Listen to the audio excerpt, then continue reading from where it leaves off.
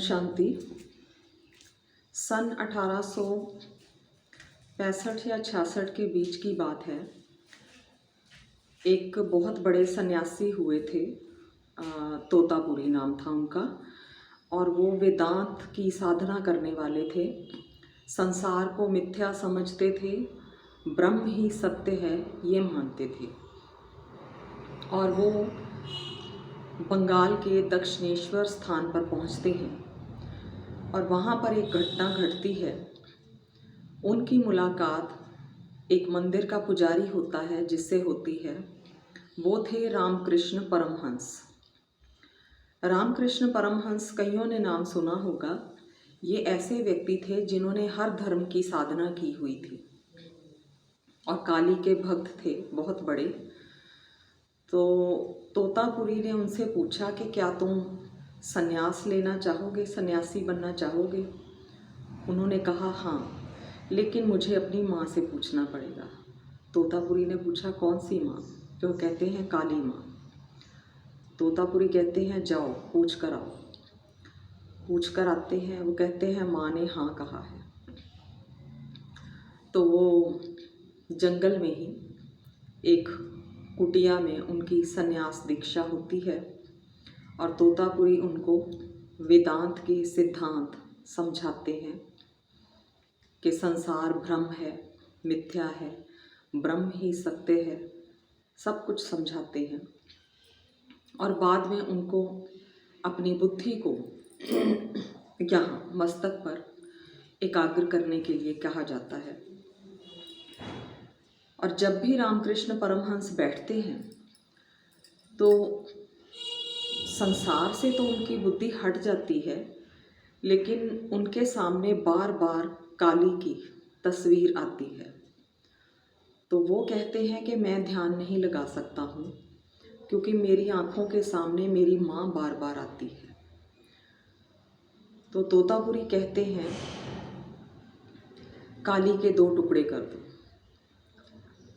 रामकृष्ण परमहंस कहते हैं कैसे करूं? वो कहते हैं तलवार से। एक तलवार लो और काली के 2 टुकड़े करो। तो वो कहते हैं मैं तलवार कहाँ से लाऊं? तोतापुरी कहते हैं जहाँ से काली आई वहाँ से तलवार भी आएगी। तो तोतापुरी एक कांच का टुकड़ा उठाते हैं, वहीं कहीं देखते हैं कांच का टुकड़ा नज़र आता है।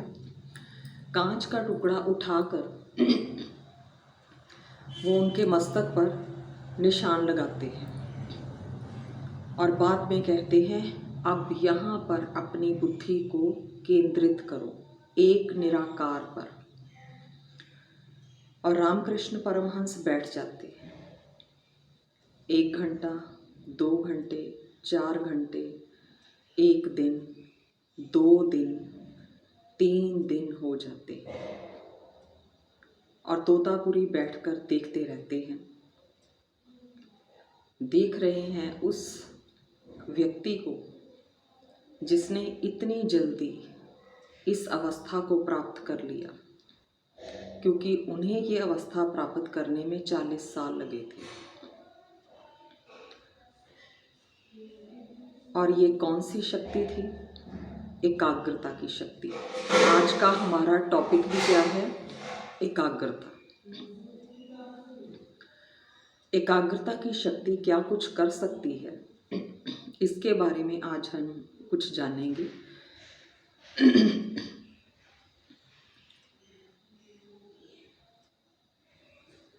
हमने आज तक अपने इतिहास में बहुत सारे संत महात्माओं के बारे में, महान आत्माओं के बारे में सुना हुआ है। कईयों ने कुछ इन्वेंशंस किए, कईयों ने अध्यात्म में बहुत तरक्की की। कई तरह के महान इंसान हुए हैं हमारे इतिहास में, और जिस चीज़ की वजह से वो इस महानता तक पहुँचे वो शक्ति कौन सी थी? एकाग्रता की। तो हम आज इस शक्ति के बारे में कुछ चर्चा करेंगे। एकाग्रता की शक्ति। सबसे पहले एकाग्रता की परिभाषा क्या है? हम जब ज्ञान में आते हैं बाबा ने हमें कौन सी परिभाषाएं दी हैं एकाग्रता की? एक तो है एक ही समय में एक ही शुद्ध संकल्प में स्थित हो जाना, मतलब एकाग्रता। दूसरी परिभाषा, एक की लगन में मगन हो जाना, मतलब एकाग्रता। तीसरी परिभाषा, एक ही बाप से सर्व प्राप्तियां। चौथी, एक ही बाप से सर्व संबंध, एक ही एक।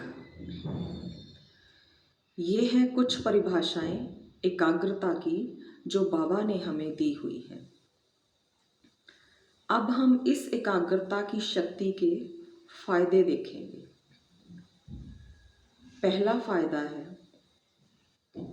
जब हम एकाग्र होते हैं तो सबसे पहली प्राप्ति जो होती है वो है सर्व शक्तियों की प्राप्ति।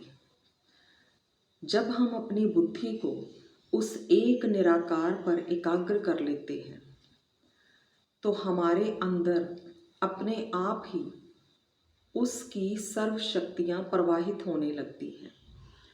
हमारे अंदर सहन करने की शक्ति भी आ जाएगी, सामना करने की शक्ति भी आ जाएगी, हमें निर्णय करने आसान हो जाएंगे, परखने की शक्ति आ जाएगी, हम समेटना सीख लेंगे अपने आप को, विस्तार को सार में करना सीख जाएंगे, सहयोग देना सीख जाएंगे, तो ये समाना सीख जाएंगे किसी की गलती को, उसका वर्णन नहीं करेंगे। ये हैं सर्व शक्तियाँ। शक्तियाँ तो बहुत सारी हैं, यहाँ मैंने थोड़ी सी ही बताई हैं, लेकिन जैसे जैसे ये शक्तियाँ हमारे अंदर भरती जाती हैं तो उससे हमारी सफलता निश्चित हो जाती है।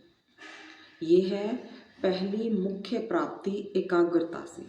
जब हमारा मन बुद्धि एकाग्र हो जाते हैं उस एक पर, हमारे अंदर सर्व शक्तियाँ भरपूर होने लगती हैं।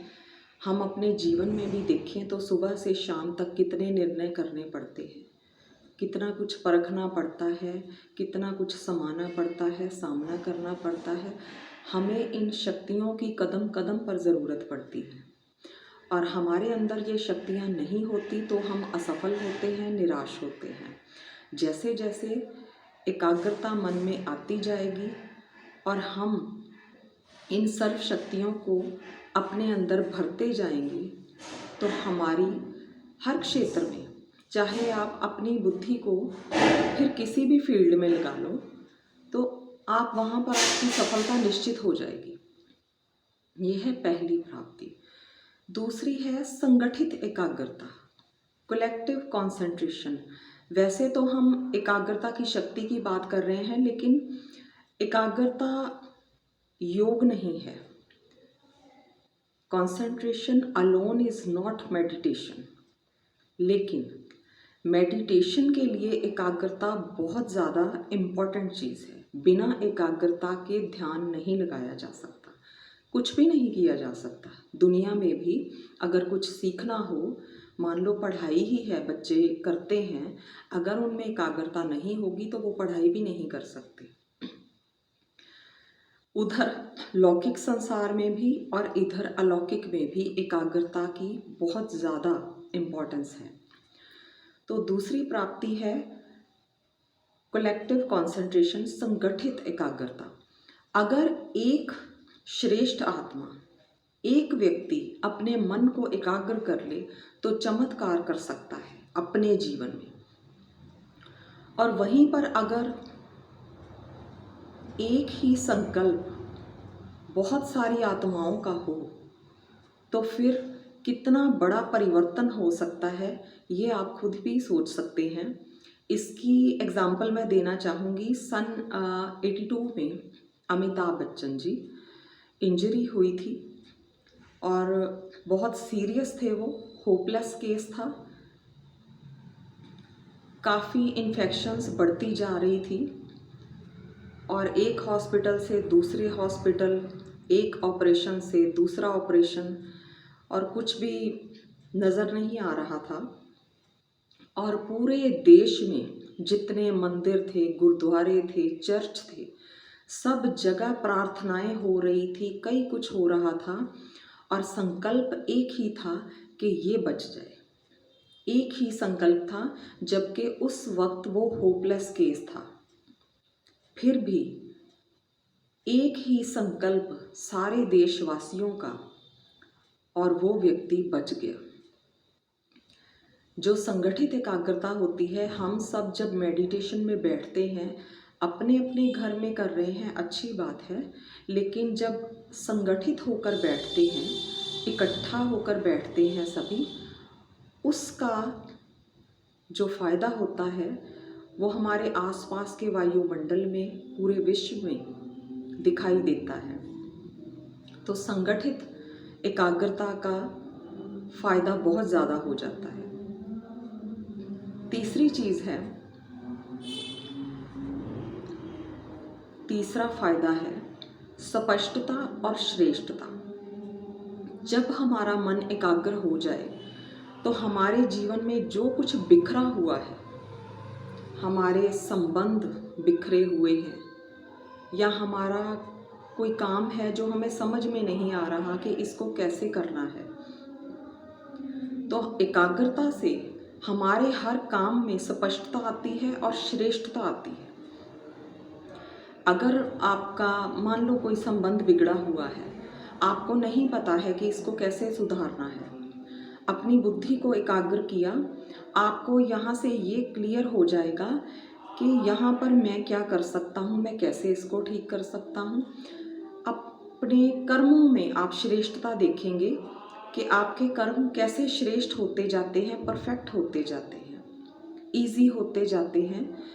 आपके सारे कर्मों में, आपके संकल्पों में, आपके बोलों में, आपके संबंधों में, आपके जीवन में इस एक एकाग्रता की वजह से स्पष्टता आती जाएगी। मैंने क्या काम कैसे करना है, किस तरीके से करना है, कब करना है, कहाँ क्या बोलना है, कैसे बोलना है, और ये सारी चीज़ें स्पष्ट होती जाएंगी। क्योंकि जब तक हमारी बुद्धि बिखरी हुई है, यहाँ वहाँ हमारी बुद्धि बिखरी हुई है, तो हमारा कह लो काम भी बिखरे हुए हैं, हमारे संबंध भी बिखरे हुए हैं। फिर जैसे जैसे बुद्धि एकाग्र होती जाएगी, ये अपने आप ही, क्योंकि शक्तियाँ भी तो अंदर भर रही है ना, तो अपने आप स्पष्टता आती जाती है, श्रेष्ठता आती जाती है हर कर्म में, हर संबंध में।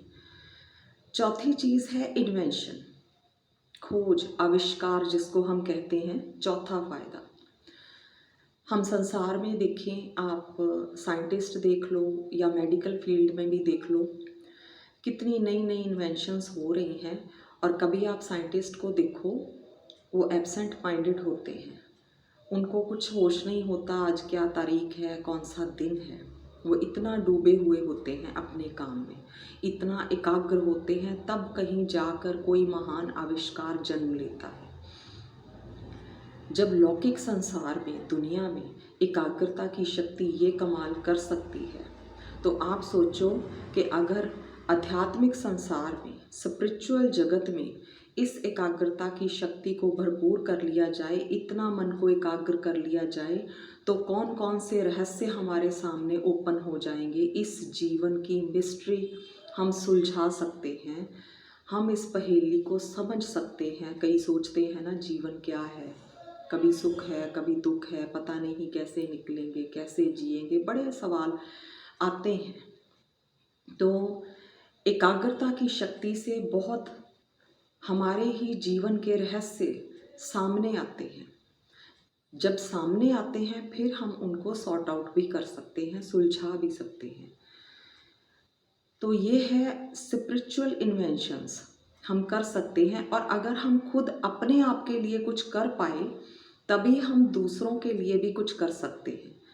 अगर हम अपने अंदर ही उलझे हुए हैं, बुद्धि भटक रही है, तो हम किसी और को क्या दे पाएंगे।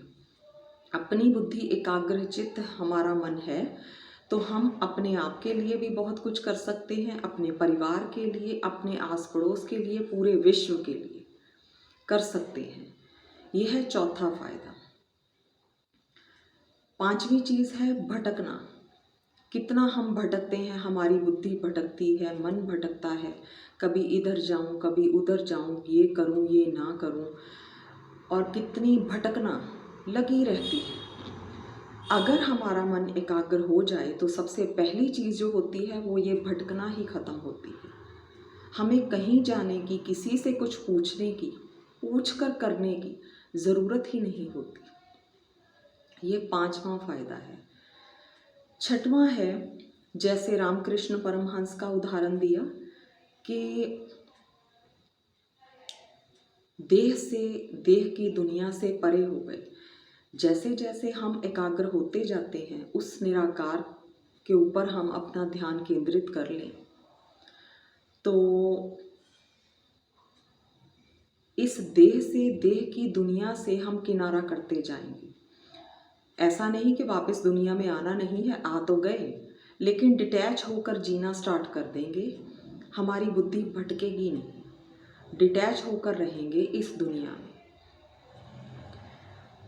जैसे एक चीज़ एकाग्रता के लिए ये भी आती है, अगर आप सोचो कि संसार में भी बहुत जो एकाग्र होते हैं कितनी सफलता प्राप्त करते हैं, मेडिकल फील्ड में, साइंस में, कोई आईएएस ऑफिसर बन गया, एकाग्रता से वो सक्सेसफुल तो हो जाते हैं, लेकिन उनके अंदर बल नहीं है। सपोज़ करो कोई आईएएस ऑफिसर बन गया, कोई साइंटिस्ट है, किसी ने बहुत बड़ी कोई इन्वेंशन कर ली और कोई लाखों करोड़ों की ब्राइब देने के लिए पहुंच गया, तो शायद उस चीज़ को रोकने की पावर उनमें नहीं होगी। नैतिक बल, एकाग्रता तो ज़रूरी है, लेकिन संसार में वो सफलता तो हासिल कर लेंगे, लेकिन जो आत्मा का पतन होगा उसको रोकने की सामर्थ्य उनमें नहीं है। तो अगर ये स्पिरिचुअल कंसंट्रेशन हमारे अंदर है तो फिर हम इस चीज़ को भी रोक सकते हैं, हम अपने आप को गिरने से रोक सकते हैं। पता चलेगा ये सही है, ये गलत है। तो ये है एकाग्रता के फ़ायदे। ये ऐसे फ़ायदे हैं कि हम अपने जीवन को देख लें तो हमारे जीवन में बहुत सी ऐसी घटनाएं दिन प्रतिदिन होती ही रहती हैं, लेकिन अगर हमारा मन बुद्धि एकाग्र है तो हम उन चीज़ों को फेस कर पाएंगे और अपने आप को स्टेबल रख पाएंगे, निर्णय सही कर पाएंगे। ये चीज़ें हैं। अब है एकाग्रता के प्रयोग।